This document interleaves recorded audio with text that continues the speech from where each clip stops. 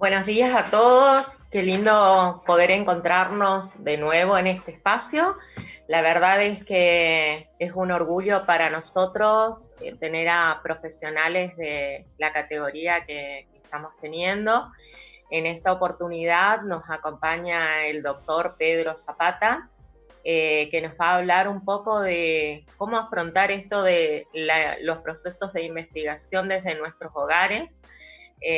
Si bien estamos acostumbrados como docentes a realizar muchas actividades que tienen que ver con el uso de las bibliotecas, los trabajos de campo, y por ahí, bueno, frente a esta situación aparecen otras circunstancias que nos hacen virar un poco la mirada acerca de los procesos de investigación.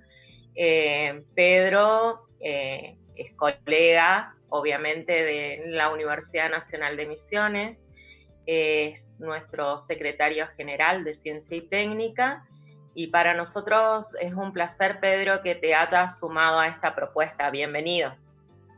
Muchas gracias, Alejandra. Para mí también es un gusto poder compartir esta propuesta que hace la Secretaría Académica. La verdad es que está bueno, digamos, estas actividades que nos hacen ir transitando esto de lo que es la vida de la virtualidad, ¿no? E ir aprendiendo estos nuevos recursos. Agradezco mucho a Ariel también, que está detrás ahí de cámaras, gerenciando todo este sistema. Es fantástico que las universidades podamos, y bueno, y todo en realidad el sistema educativo argentino está dando una respuesta para que nuestros estudiantes, para que nuestros docentes, para que nuestros no docentes, para que nuestros graduados puedan continuar en el sistema sin la necesidad de la presencialidad.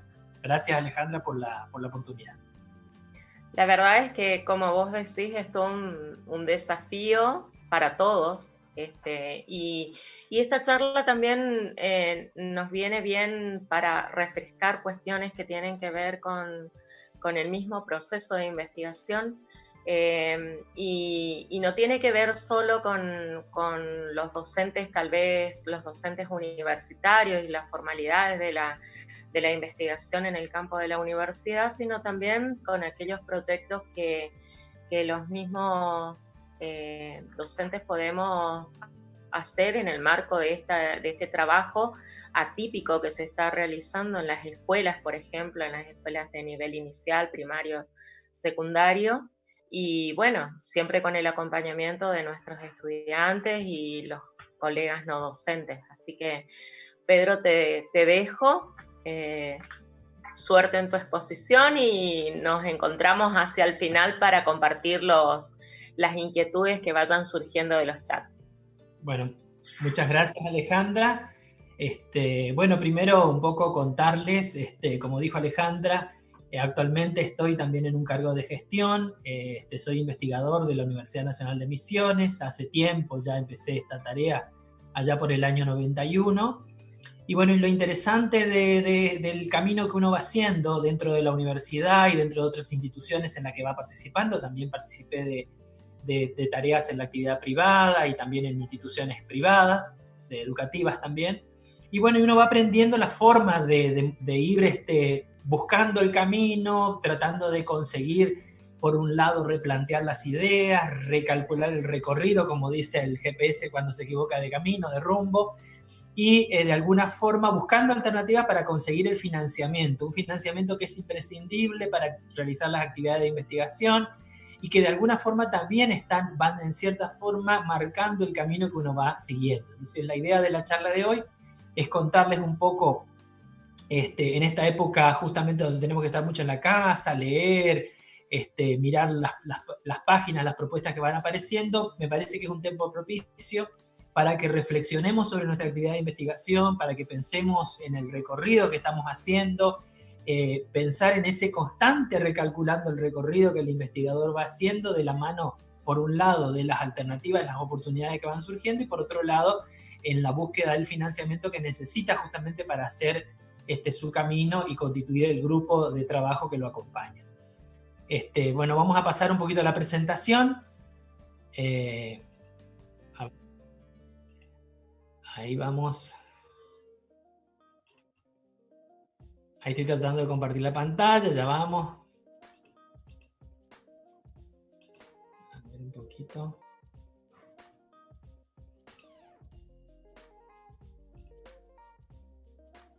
Ahí está. A ver. Pantalla. Ahí compartir. Bueno, ahí voy. Ahí estamos. Ahí ya arrancamos. Bueno, como les decía, justamente por eso titulé a esta presentación o este seminario Investigación desde nuestros hogares, ideas para desarrollar actividades de I+D desde la casa. Me parece que una de las cuestiones importantes que tenemos que tocar acá es, por un lado, cómo planteo un proyecto de investigación, cómo planteo un trabajo de investigación, un trabajo de tesis, o algunas actividades que están relacionadas dentro de ese conjunto de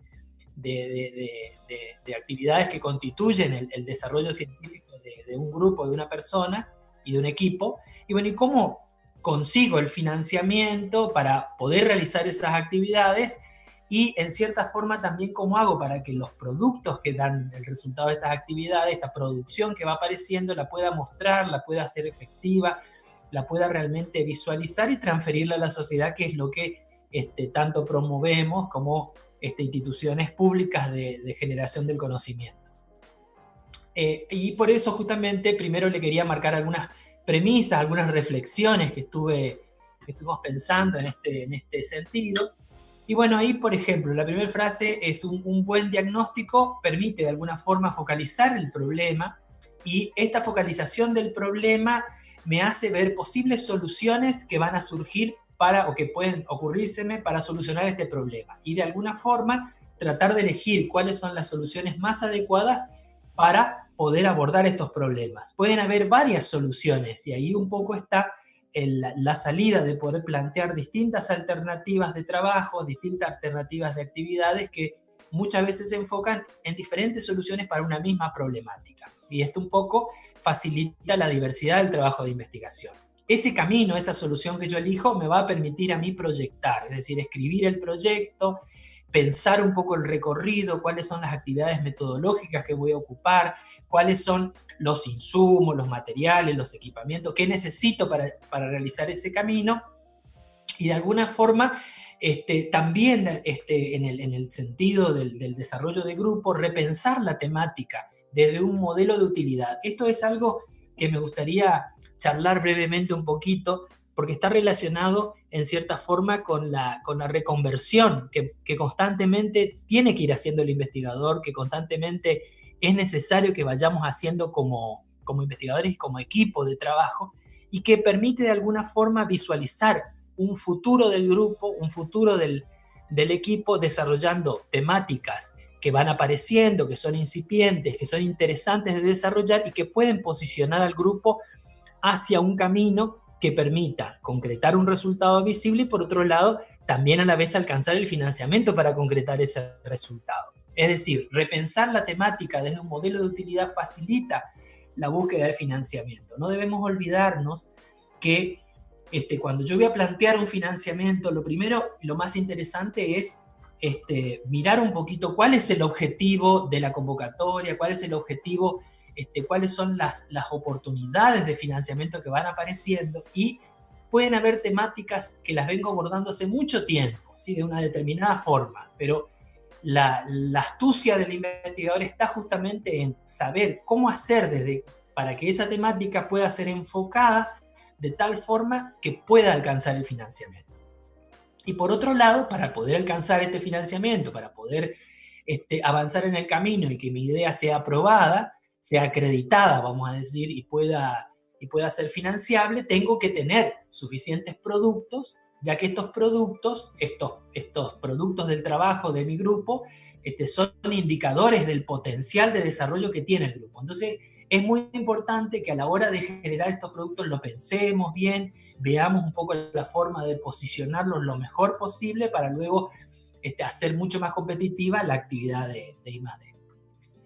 Entonces, vamos a ir charlando brevemente de cada uno de estos puntos. Decíamos primero que nos parábamos en el diagnóstico y el problema a solucionar. Y acá vamos a mencionar algunos tips o algunos ítems importantes como para pensar. ¿Sí? Por un lado, tengo que pensar cuál es la prospección del trabajo que voy a realizar, qué impacto va a tener, cuál es el alcance que va a tener el resultado que voy a obtener con mi proyecto. Y si soy lo suficientemente astuto y miro un poco cómo está el estado de la ciencia y la tecnología en esta temática que estoy abordando, cuáles son los nuevos desafíos que van apareciendo como consecuencia del desarrollo de esta temática y cuáles son los problemas coyunturales que se van observando, puedo de alguna forma pensar una alternativa, pensar el proyecto como una especie de cuña que se mete justo en ese problema, en esa coyuntura que se está planteando y para la cual estoy proponiendo una solución atractiva, una solución interesante, una solución novedosa. Es importante leer los planes estratégicos tanto de las provincias como de los municipios, de la Argentina, a dónde está apuntando el mundo general, estar a la vanguardia de lo que está ocurriendo en mi temática y sobre todo en los nuevos desafíos que aparecen dentro de la temática que abordo, ¿sí? Les doy un ejemplo. Yo, por ejemplo, trabajo en la parte de hongos. Bueno, dentro de estos hongos trabajamos específicamente en el área de enzimas. Entonces, hay un montón de utilidades novedosas para el campo de las enzimas que van abriendo puertas y posibilidades de desarrollo, incluso mezclando el conocimiento de la enzimología o del tratamiento de estos productos con otras áreas del conocimiento. Y eso abre nuevas puertas al grupo, nuevos desafíos y de alguna forma permite alcanzar financiamientos, ya que los proyectos que se plantean son mucho más innovadores que aquellos que se quedan en las temáticas tradicionales. Por eso el último punto que les puse acá en esta difilmina es el de vigilancia tecnológica. Esto significa estar constantemente viendo cuáles son las últimas metodologías, cuáles son los últimos desarrollos que se están alcanzando en el campo de la ciencia que trabajo. Y justamente en esta época donde todo prácticamente un gran porcentaje es lectura, aquí es lo interesante de poder mirar, ver un poquito cuáles son las últimas publicaciones, cuáles son las patentes que surgen en las temáticas en las que estoy trabajando, cuáles son los desafíos que van ocurriendo en ese camino. Una vez que pude hacer un buen diagnóstico, me paré en la temática, pensé estas posibles soluciones, de alguna forma empiezo a proyectar este camino, a pensar cuál es la solución que quiero plantear, que puedo plantear, es decir, tengo que acá fortalecerme en el grupo de trabajo que tengo, pensar con los recursos humanos y con la infraestructura y el equipamiento que tengo, cuáles son las posibles soluciones que puedo plantear y hasta dónde puedo mover la aguja o estirar el hilo, como decir, sin que se corte, pero sí que me permita de repente desarrollar por ahí una tecnología nueva que todavía no tengo, y pensar a largo plazo cuál es la meta de esa solución que estoy planteando. Si realmente va a tener un impacto en la solución del problema al cual pretendo abordar o solamente va a distraer de ese camino. Por eso es importante el planteo integral de las soluciones, pensando que estas soluciones es algo que voy a alcanzar con el proyecto y la meta es algo a lo que voy a tender con un conjunto de soluciones que puedo plantear a través de diferentes proyectos o a través de diferentes que pueden correr paralelos, que pueden ser consecutivos, cuáles son los hitos que voy a ir alcanzando en la medida que voy haciendo este recorrido de investigación, es decir, qué voy a lograr primero, qué voy a lograr, cuáles son esos puntos que me van a ir marcando el cronograma de trabajo. Y es muy importante que aquí también pueda visualizar caminos alternativos y complementarios, porque ahí está un poco la fortaleza de un grupo consolidado de investigación. Es decir, acá es donde de repente en el paraguas de un gran proyecto que puede presentar muchas posibles soluciones, yo puedo proponer distintos caminos que pueden correr de manera alternativa y permitir, por ejemplo, el desarrollo y la formación de distintos recursos humanos y nutrir al grupo de investigación de nuevos investigadores, de nuevos proyectos, de nuevos trabajos que en su conjunto constituyen un abordaje integral de una determinada temática. Me parece que es interesante contarles esto que puse ahí de nuevos desafíos tecnológicos. Eso es algo que nosotros como grupo lo venimos haciendo y nos ha dado muy buenos resultados. Es bueno que ustedes, que nosotros reflexionemos cuál es la tecnología que dispone el grupo y qué tecnología podría desarrollarse en el grupo si formo los recursos humanos adecuados y propongo los proyectos estratégicos que deben proponerse. De esta forma voy a hacer que el grupo pueda ir creciendo en tecnología, agregando nuevas temáticas que antes no tenían y que van un poco explorando los límites del desarrollo del área de conocimiento en donde estoy trabajando. Y otra vez de vuelta, pensar cuál es la metodología actual que se está utilizando en ciencia y tecnología. Esto siempre tiene que estar ahí patente, y lo mismo que la vigilancia tecnológica. Es decir, en ese camino que estoy proponiendo tengo que pensar metodologías novedosas, tengo que pensar metodologías estratégicas, y ahí es donde esos nuevos desafíos me van posicionando como grupo para poder ir cada vez estando más a tono con lo que se está haciendo en ese momento. En cuanto a los modelos de utilidad, bueno, esto dediqué un poquito a esta filmina como para explorar un poquito estas cuestiones, ¿sí?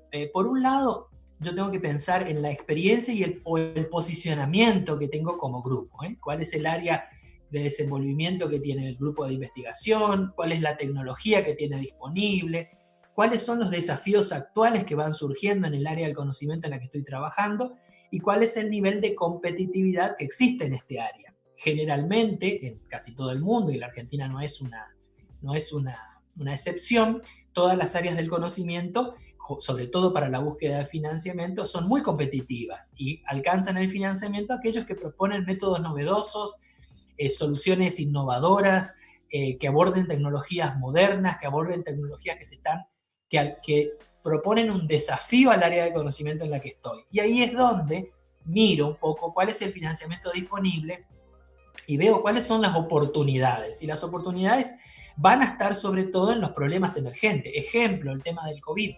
Han salido varias convocatorias para abordar la problemática del COVID desde muchos puntos de abordaje, desde el abordaje biomédico, desde el abordaje estratégico de la ciencia de los datos, desde el punto de vista de la ingeniería y el desarrollo mecánico, desde el punto de vista de la electrónica. Hay un montón de posibles desarrollos que surgen como oportunidades en esta situación de pandemia en la que estamos viviendo. Es decir, siempre el investigador, y ahí está la potencialidad de un grupo, tiene que estar pensando en esos problemas que van surgiendo, pensar en esas áreas de vacancia en donde puede de repente meterse a través del desarrollo de una tecnología innovadora que puede no tenerla, pero que puede aprovechar el financiamiento para desarrollarla y de esta forma generar nuevos enfoques temáticos. Es decir, para poder alcanzar el financiamiento disponible muchas veces, si no todas, tenemos que pensar en una reconversión constante del grupo y un reordenamiento temático. Esto no quiere decir abandonar las tradiciones, sí repensarlas. ¿Sí? Si estoy trabajando, por ejemplo, el tema biodiversidad, de repente puedo pensarlo como un modelo de utilidad. ¿Para qué me podría arrojar a mí? ¿Qué me podría aportar a mí el conocimiento de esa biodiversidad, por ejemplo, en una determinada área, para poder de alguna forma proponer una solución en una temática emergente que pueda estar apareciendo? Dentro de las posibles fuentes de financiamientos, también esta es una época propicia para mirarlas. Podemos ver algunas fuentes provinciales, como las que proponen, por ejemplo, los organismos provinciales de ciencia y técnica, en este caso el CEDIT, que actualmente ya es la Agencia Misionera de Innovación. Por otro lado, las fuentes de financiamiento nacionales. Ahí tenemos, acá les puse un listado de fuentes nacionales como son la Agencia de Desarrollo Tecnológico. La agencia es un organismo, actualmente está descentralizado, que en cierta forma interactúa o depende mucho del Ministerio de Ciencia y Tecnología, que lo que hace es reunir financiamiento procedente de fuentes internacionales como el BID y regularmente saca o propone financiamientos o convocatorias para distintas líneas de trabajo. Aquí es donde está prácticamente la mayor parte del financiamiento en Argentina que se puede conseguir para ciencia y tecnología, para I+D, para investigación y desarrollo. Por otro lado, tenemos otras fuentes muy importantes. La Secretaría de Políticas Universitarias también es una fuente de financiamiento, ya que tiene varias convocatorias regulares que han ido saliendo a lo largo de los años, igual que el Consejo Interuniversitario Nacional, que convoca, por ejemplo, a becas de grado para estudiantes que están realizando distintas carreras en las universidades nacionales, así como también para docentes que están haciendo posgrado. El CONICET, por ejemplo, es una fuente de financiamiento muy importante para recursos humanos. Aquí están ancladas las becas que mejor pagan en la Argentina respecto a la formación doctoral y postdoctoral, y de alguna forma me dan la oportunidad, como grupo, le dan la oportunidad al grupo de poder nutrirse de recursos humanos que después pueden quedarse en el grupo o pueden ubicarse en otro lado. Y también las universidades nacionales somos entes de financiamiento, ya que la mayoría tiene convocatorias regulares que ofrecen financiamiento a sus investigadores, así como también los actores privados. Y acá vamos a detenernos un poquito en los actores privados, porque ahí es donde también es importante desde el punto de vista de la vinculación y la transferencia tecnológica, poder interactuar dentro de las unidades académicas con las áreas de vinculación, poder mirar un poquito En esta época también es una época propicia para incursionar un poco en cuál es la tecnología que estamos aplicando en distintos campos e ir pensando cuáles pueden ser propuestas de desarrollo que pueda hacerle al sector privado para que este sector privado me financie el proyecto y de alguna forma yo pueda alcanzar un desarrollo que pueda transferirse. La transferencia es algo que tenemos que trabajar mucho porque tiene que ver con la posibilidad de que la sociedad se apropie de ese conocimiento, ¿verdad? Y todas las áreas del conocimiento permiten la transferencia, ¿sí? Simplemente tenemos que por ahí en este pensamiento que decíamos hace un rato del modelo de utilidad, pensar qué conocimiento voy a transferir y para qué puede aportar ese conocimiento a la sociedad para el desarrollo de la sociedad, ¿sí? Obviamente, mostrar el conocimiento, divulgarlo, es una forma de transferirlo, pero es la transferencia por ahí que tiene el menor impacto. La transferencia de mayor impacto es aquella en donde logro darle como investigador una vuelta de tuerca y pensar de alguna forma cuál es la utilidad concreta de la temática que estoy abordando. Entonces, resumiendo un poquito, es importante que nosotros abordemos estrategias integrales, ¿sí? Como grupo de investigación, como investigadores, planteemos a nuestros grupos estrategias integrales.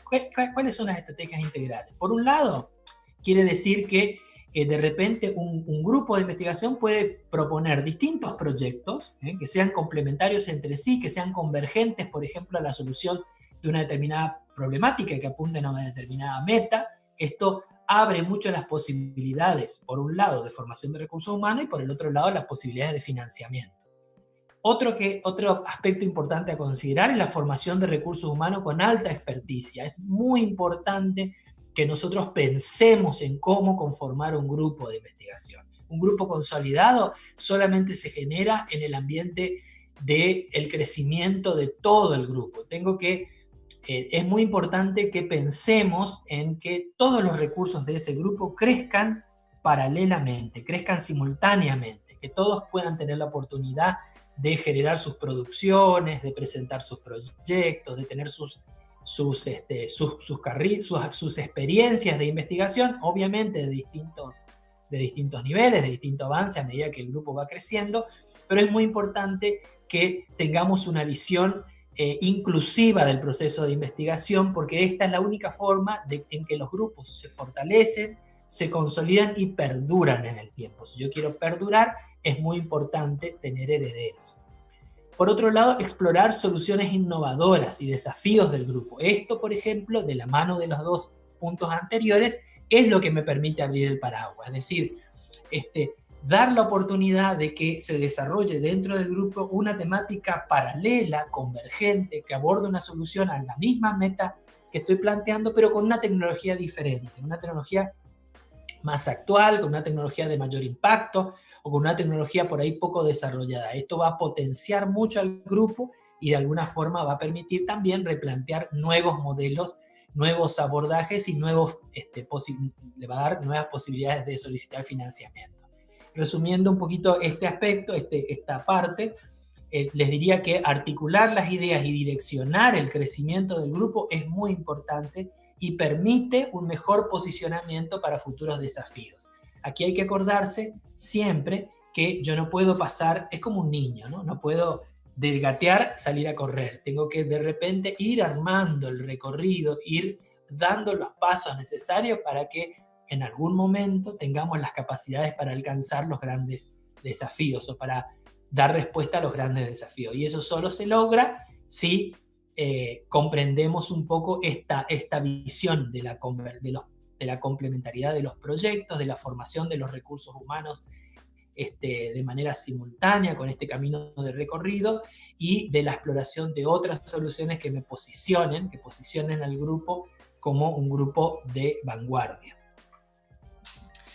Y en este posicionamiento del grupo también es muy importante evaluar un poquito cuáles son los productos del proyecto. Y acá les dividí, porque me gustó, en 3 partes importantes los productos del proyecto.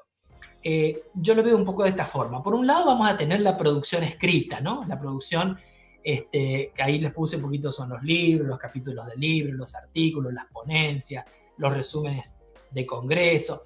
Pero todo esto yo lo tengo que pensar cada vez que voy a generar esto en dos cuestiones importantes. Por un lado, el impacto y el alcance de estos escritos, es decir, a quién quiero que llegue y cuál es el impacto que va a tener, cuál es la cantidad, cuál es la mirada desde el punto de vista científico que va a tener, ¿sí? Es decir, quiénes lo van a leer, dónde lo voy a mostrar, dónde lo voy a poder difundir. Y ahí también tiene que ver esto de la validación virtual de lo que voy a mostrar y el concepto de ciencia abierta. Hoy en día estamos explorando, en el mundo en general, hay una gran tendencia a lo que se llama ciencia abierta, es decir, poder difundir el conocimiento de tal forma que cualquiera pueda tener acceso a él. Hoy en día la pandemia nos lleva hacia eso irremediablemente y ojalá no demos marcha atrás, aunque es muy probable que el humano con su ansias de obtener algún beneficio económico siempre de marcha atrás en esto de difundir el conocimiento. Pero digamos, los países como la Argentina, que tienen una política bien claras respecto a lo que es ciencia abierta, vienen proponiendo justamente el tema de los repositorios, el uso de los recursos bibliográficos. Aquí también es importante hacer mención que la universidad está trabajando en esto de permitir un poco de alguna forma el acceso a esa bibliografía, y uno de los portales que tienen hoy disponibles para consultar de sus casas y para trabajar son las bibliotecas electrónicas, tanto de libros que tienen acceso a través de las bibliotecas de la universidad, como también la biblioteca electrónica del MinSit, donde tienen acceso a libros y revistas científicas que se pueden consultar al respecto. Y después tenemos los buscadores generales, ¿no?, que nos posicionan en eso. Otro producto que les mencionaba durante la charla son los productos relacionados con la vinculación y la transferencia. Aquí es muy importante un par de cuestiones a tener en cuenta. El producto del proyecto me puede dar vínculos académicos interesantes, porque de repente puedo encontrar otro grupo de trabajo en otro lugar de la Argentina o en otro lugar de la misma facultad o de la misma universidad que pueda abordar la misma temática con otro enfoque o pueda hacerla complementaria a lo que estoy haciendo. Y estos vínculos académicos posicionan al grupo porque permiten de alguna forma discutir con altura algunas temáticas. Hay que reconocer que una de las cuestiones muy importantes en ciencia es que la ciencia no tiene un dueño, ¿sí? A pesar de que siempre tratamos de ponerle un dueño. No hay un dueño de un tema que pueda desarrollar el tema y nadie más pueda abordarlo. Eso es una falacia, ¿sí? El que crea eso realmente se va a encontrar con un día que va a haber 700 personas trabajando en la misma temática. Hay que desmitificar eso. Sí es muy importante que yo sepa quiénes trabajan en la misma temática que yo y de alguna forma pueda relacionarme con estas personas, generar estos vínculos académicos tal vez a través de la formación de un recurso humano compartido, a través de estancias puedo enviar a alguna persona de mi grupo a que haga una estancia de investigación en otro lado. Bueno, ahora no se puede, pero por ahí puedo hacer reuniones virtuales, compartir un poco el proceso y de esta forma enriquecer ambos grupos en la experiencia de los otros. Y ahí también aparece el camino formal para estas cuestiones, que son los convenios de I+D+I, quiere decir convenios de desarrollo tecnológico e innovación. Aquí aparece también lo que les mencionaba hoy del actor privado, es decir, pensar cuáles son en esta época un poco, cuáles son los desafíos que yo podría desarrollar, que estaría en condiciones de proponer, y cuáles son los actores privados que podrían, a los que podría interesarle ese recurso que estoy desarrollando. Y acá eso tiene que ver con la vigilancia tecnológica. Y acá aparece en esto una sigla muy importante que hemos ido desarrollando en la Argentina en los últimos años, que ha nacido de las universidades, porque esta fue una propuesta del CIN, del Consejo Interuniversitario, que son los PDTS. PDTS quiere decir Proyecto de Desarrollo Tecnológico Social. ¿Eso qué significa? Son proyectos que van más allá de la investigación, que toman resultados de la investigación y el desarrollo previos y los intentan ubicar en la sociedad a través de un actor al que denominamos adoptante. Estos proyectos son proyectos que de alguna forma justamente facilitan la bajada de la ciencia a la sociedad y su aplicación. Estos proyectos son muy importantes actualmente para el sector científico-tecnológico porque nos dan una mirada de realidad dentro de un del mundo científico-tecnológico del país, y por otro lado además tienen recompensas interesantes, como son el financiamiento de recursos humanos para que se desarrollen en esos proyectos, como por ejemplo a través del CONICET se pueden obtener becas doctorales, becas postdoctorales en las temáticas que son reconocidas a nivel nacional como PDTS, y que las universidades de cierta forma somos las que presentamos y proponemos esas temáticas. Y por último, un punto importante dentro del producto son los recursos humanos, ¿sí? Si yo no formo recursos humanos en un proyecto, no tengo futuro. Y para poder tener futuro y formar recursos humanos, tengo que pensar en todos los estamentos, desde un estudiante que está realizando una carrera de pregrado o una carrera de grado, que en cierta forma está, como quien diríamos, incursionando y probando un poquito el mundo de la ciencia para ver a dónde está. Ahí tenemos becas de la universidad, becas del CIN, podemos nosotros con nuestros proyectos de repente también darle una beca si es que tenemos buen financiamiento. Aquí es importante porque ese es el semillero. Si yo logro que un estudiante le guste el camino de la ciencia, que se proyecte en ese camino, que empiece el crecimiento en el mundo científico, voy a poder de ese semillero tener como resultado algunos graduados que se van a interesar en esa ciencia y que de alguna forma se van a formar. Uno no se hace investigador de la noche a la mañana, es un recorrido, es un camino, igual que el de la docencia, en donde tengo que ir transitando etapas. Y es muy importante que yo trabaje con los estudiantes para contarle que esas etapas está bueno que las inicien como estudiantes. No quiere decir que no las puedan iniciar después, pero siempre después voy a tener etapas que ya no voy a poder vivir, no voy a volver a ser estudiante, no voy a volver, ¿se entiende? Entonces está bueno avanzar hacia el futuro. Y luego tenemos, de la mano de esa formación de recursos humanos, está bueno pensar y ver los posgrados como una manera de validar esas etapas de crecimiento que van teniendo los investigadores.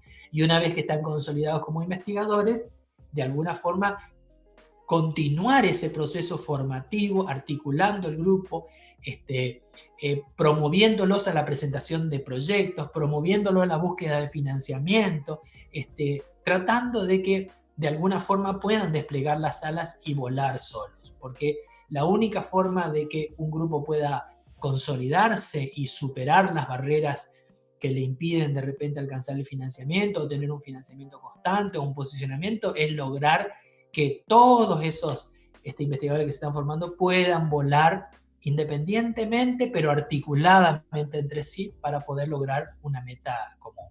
Y ahí en rojo les puse algunas cuestiones para tener en cuenta en cuanto a la producción escrita. Cuestiones que no se les debe escapar, porque también hay un refrán que dice uno no solo debe ser, sino que debe parecer.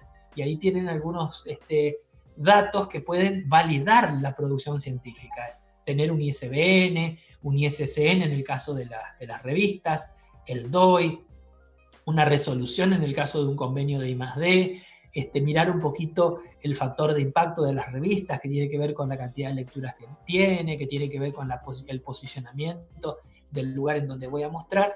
Y aquí, por ejemplo, es donde tengo que pensar, que muchas veces, una vez que tengo un escrito grande, que tiene un montón de compilaciones, que es el resultado de todo un proyecto, bueno, tengo que darle una vuelta de tuerca y transformarlo en un libro, transformarlo en un conjunto de artículos científicos que se pueden mostrar en algún lado, porque esto va a mejorar mucho el posicionamiento del grupo. Un escrito que no tenga una validación en el sistema científico-tecnológico va a tener poco peso en la decisión de un evaluador que va a conceder un subsidio.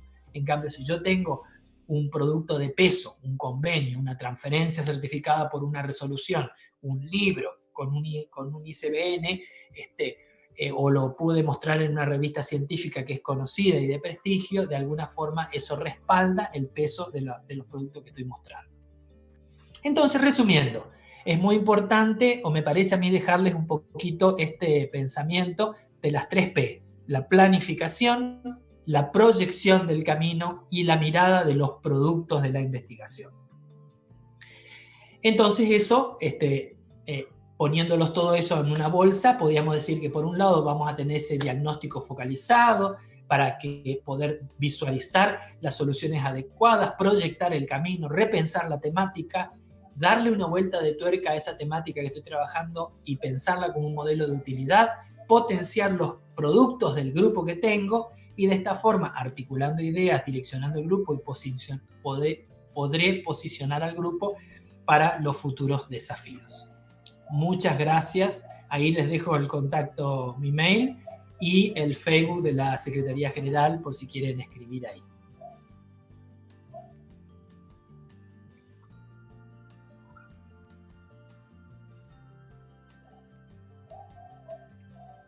Voy. Perdón.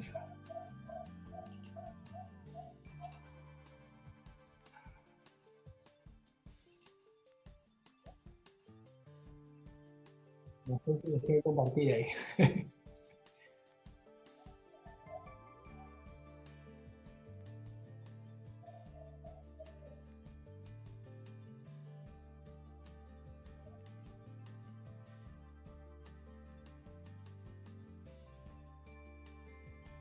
Pedro, la verdad, fue muy interesante tu presentación. Planteó muchos aspectos que por ahí desconocemos, aún haciendo investigación. Han surgido algunas dudas, algunas que tienen que ver con algo más, llamémosle, de acceso. Plantearon si es posible acceder a la colección de normas IRAM desde nuestras casas. No es factible conceder el acceso a normas IRAM desde las casas porque las normas IRAM, bueno, ese por ejemplo, justamente ahí es una barrera de lo que es el tema de ciencia abierta que tenemos que superar, ¿sí? Las normas IRAM son pagas y las instituciones tienen acceso puntualizado en una biblioteca en particular, pero no hay acceso a los domicilios. Bien. ¿Podrías profundizar un poquito el concepto de ciencia abierta? Sí, cómo no. La idea un poco del concepto de ciencia abierta es que, como les decía, en pocas palabras, que todos tengamos acceso a la información generada en ciencia, ¿sí? Por ejemplo, a ver, actualmente ustedes saben, en una revista científica, ¿sí? Una revista científica es una revista en donde yo voy a mostrar el resultado de una investigación, voy a escribir un artículo científico, por ejemplo, y lo voy a publicar. Hay distintas revistas, ¿eh? Hay revistas que son de acceso cerrado, pago quiere decir que si alguien quiere leer lo que yo escribí o lo que están escribiendo la gente que publica en esa revista, tiene que pagar una suscripción para poder leerla. Y hay otras revistas justamente que trabajan lo que se llama el acceso abierto. Aquí, ¿qué pasa? Aquí lo que se publica en esa revista es automáticamente visible para otros usuarios, para el mundo científico en general, porque la producción es abierta. Uno puede tener acceso directo a través del documento, al documento, mejor dicho, del artículo, y puede leerlo online, puede bajarlo, puede trabajarlo, puede acceder a él. Ahí hay una cuestión que se trabaja, tiene mucho que ver, depende del que hace la compilación, el que hace la editorial del trabajo.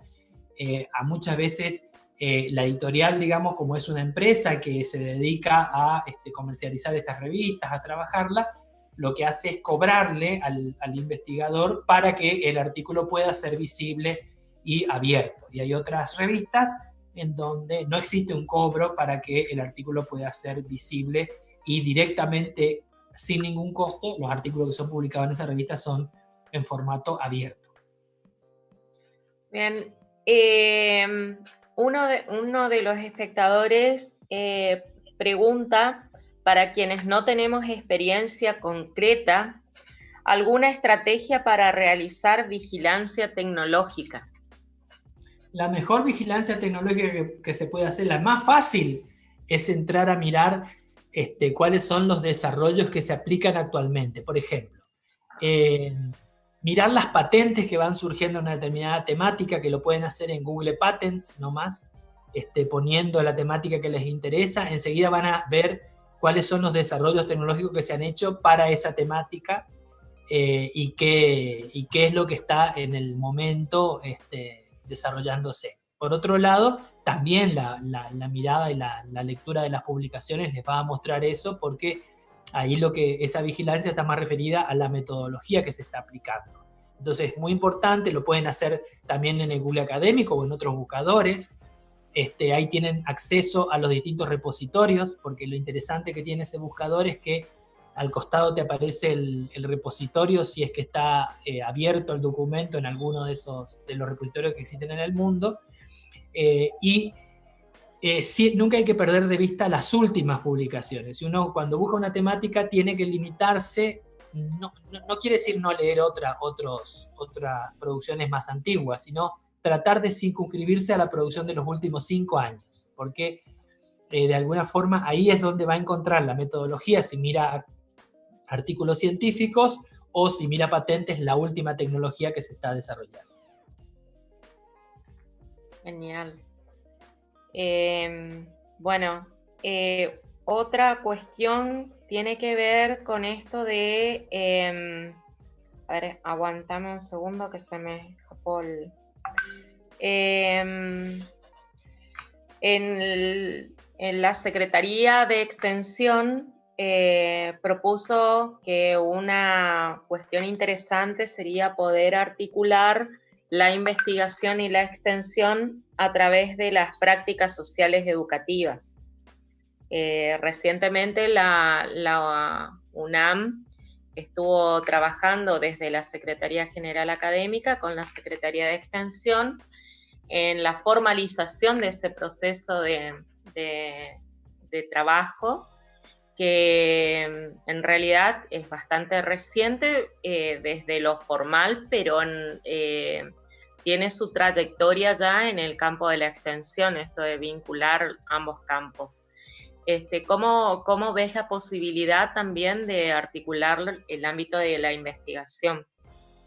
Digamos, a ver, la investigación, a pesar de que por ahí no hay siempre está articulada con el campo de la ciencia, es decir, es muy importante justamente por qué se promueve la investigación en las universidades y por qué nuestro modelo científico, nuestro modelo educativo promueve como una actividad sustantiva la realización de ciencia en las instituciones educativas. Por un lado, justamente es para estar a la vanguardia y para desarrollar por ahí con objetividad y con profundidad algunas temáticas. Pero por otro lado, es como posicionar al docente de alguna forma en una determinada temática. Es decir, yo voy a poder abordar, por ejemplo, una temática puntual más profundamente en la medida que la haya podido desarrollar, no solo la haya leído de un libro, no solo haya leído artículos, sino también la haya podido desarrollar en mi experiencia como investigador.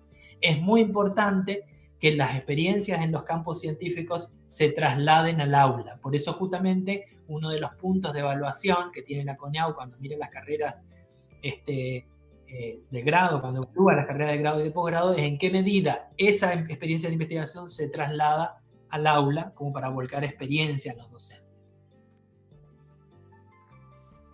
La verdad es que en el campo de la educación es todo un desafío hacer investigación.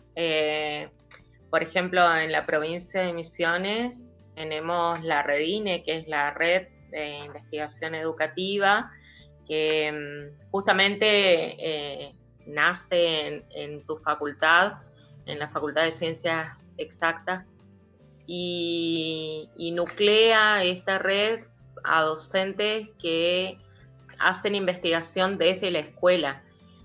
Por ahí justamente esas líneas de investigación no encuentran financiamiento.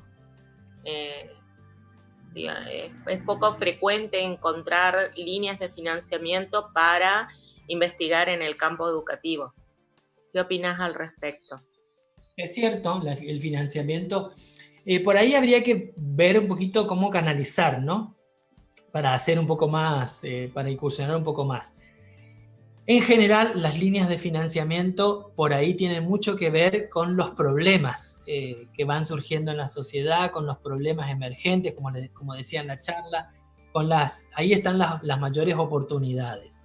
Me parece a mí que por ahí lo que deberíamos hacer para, como decís vos, por ahí tener más financiamiento del campo educativo, por un lado, proponer algún financiamiento particular para ese campo, y por otro lado, ver cuáles son las prácticas en el camino de la educación, como decís vos, de la investigación educativa, como para reubicarla y por ahí remaquillarla un poco para darle herramientas que permitan el financiamiento. Dentro de, por ejemplo, lo que es a nivel nacional, sí hay líneas de financiamiento en el terreno de la educación, pero por ahí las propuestas que se plantean no alcanzan a cubrir las expectativas.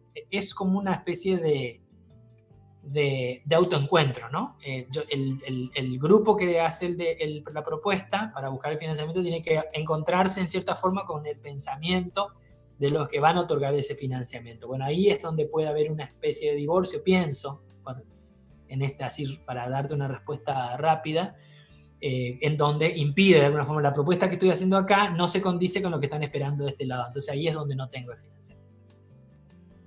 O no hay, yo no sé si, no creo que no haya, me parece que, yo creo más lo segundo, ¿viste? Me parece a mí que ahí la propuesta no se condice con lo que están esperando. Claro, por ahí estar un poco más atentos a cuáles son las convocatorias que se van abriendo y pensar la investigación desde ese lugar. No hay convocatorias específicas del área de la educación, no he visto, pero habría que ver si en el contexto, la verdad que no leí mucho, habría que leer un poquito qué es lo que esperan encontrar para ver si pueden de alguna forma esa propuesta encontrar una respuesta. También es cierto que por ahí los grupos recién se están consolidando, recién están alcanzando sus desafíos. Hay un grupo grande, por ejemplo, en el SACTA, ya que mencionaste, que sí han realizado varios encuentros nacionales, varios encuentros internacionales, y sí han encontrado financiamiento para trasladarse, para mostrar algunas producciones. Y por ahí, capaz que hay que darle capaz que le falta cierto grado de desarrollo a esas áreas. Sí, pienso. Sí, quienes estamos en el campo de la investigación educativa, siempre, digamos, estamos encontrando esos caminos, sobre todo a partir de estas redes que vos decís, que son tanto regionales como nacionales e internacionales, pero casi siempre con el esfuerzo de los propios investigadores, ¿no?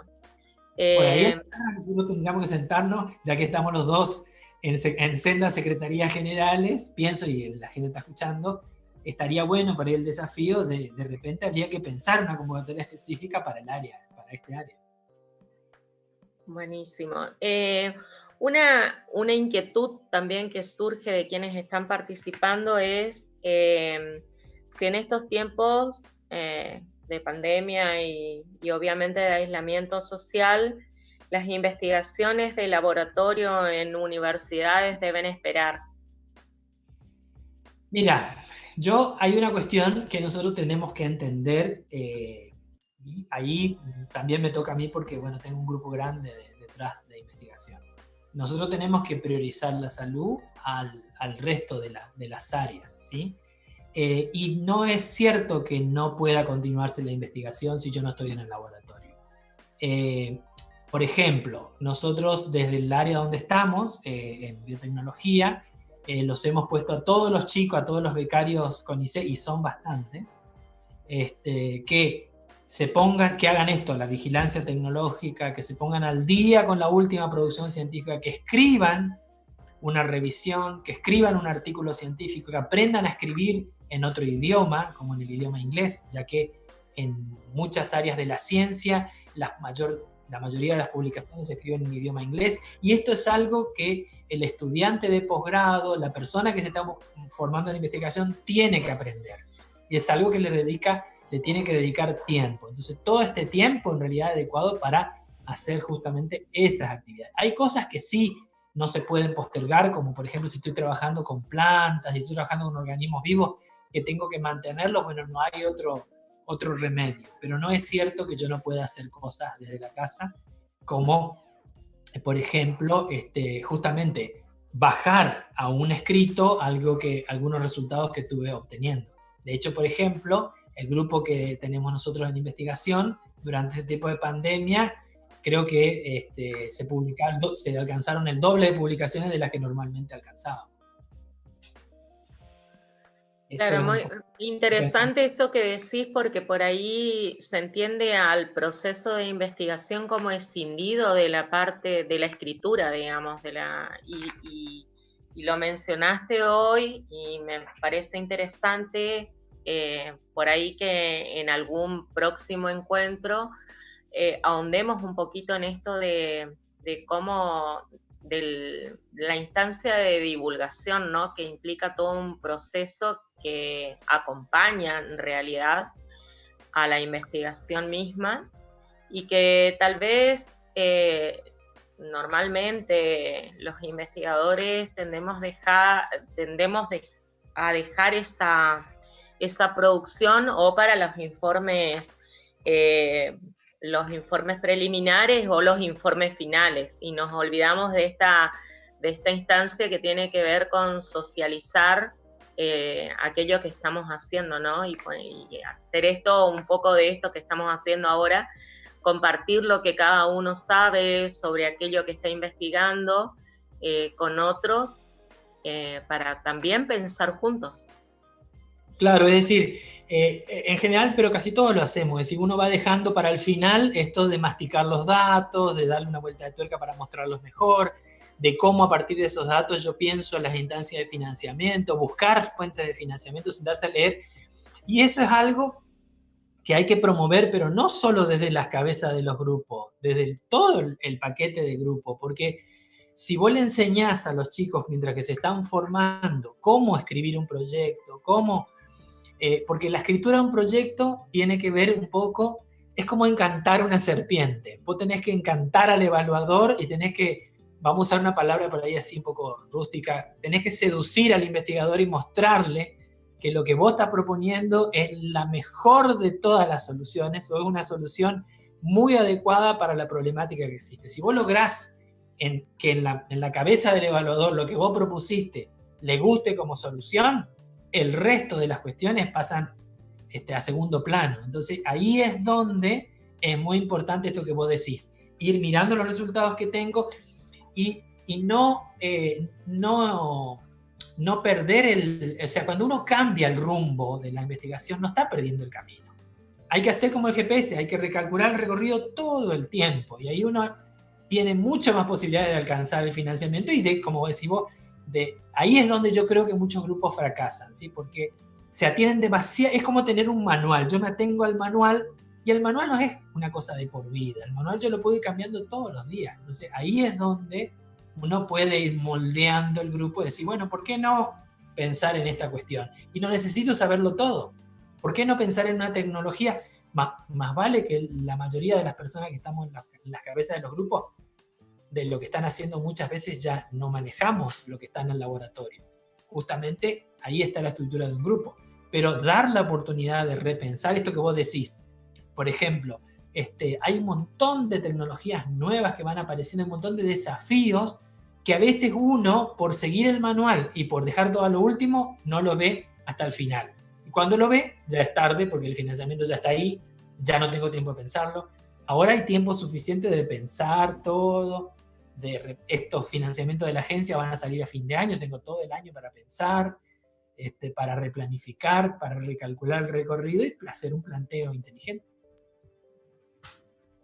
Bien, bueno, muchísimas gracias, Pedro, y seguramente te vamos a estar invitando en otra oportunidad para seguir ahondando sobre este tema, porque justamente la investigación forma parte de la práctica docente y no se da solamente, como lo señalaste muy bien, en ámbitos de laboratorio, atraviesan todo nuestro quehacer profesional en los diferentes campos, así que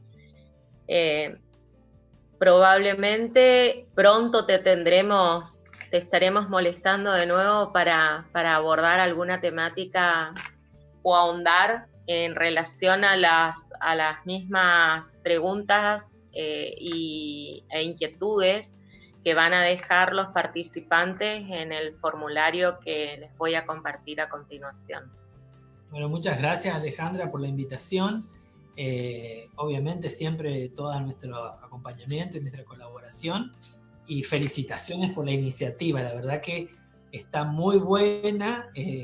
Yo creo que es una forma de abrir un poco este mundo que cada uno vamos transitando y compartir experiencias. Y bueno, y agradecer al equipo técnico, a Ariel, a ti, a todos los que están detrás, está haciendo que no se caigan las conexiones y diciéndonos lo que tenemos que hacer para poder actuar bien acá en el mundo virtual. Yo le tengo a Ariel que me está diciendo lo que tengo que hacer, así que bueno, muchas gracias, Alejandra. Bueno, les comparto el formulario de acceso al pedido de certificación.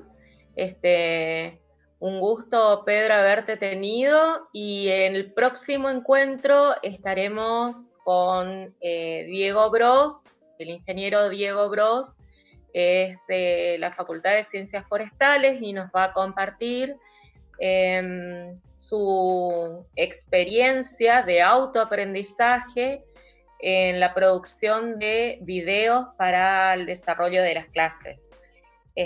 Así que bueno, los esperamos entonces el día jueves a las 11 horas y ahí estaremos de nuevo para compartir un rato a partir de la experiencia que cada uno trae a este entorno. Gracias.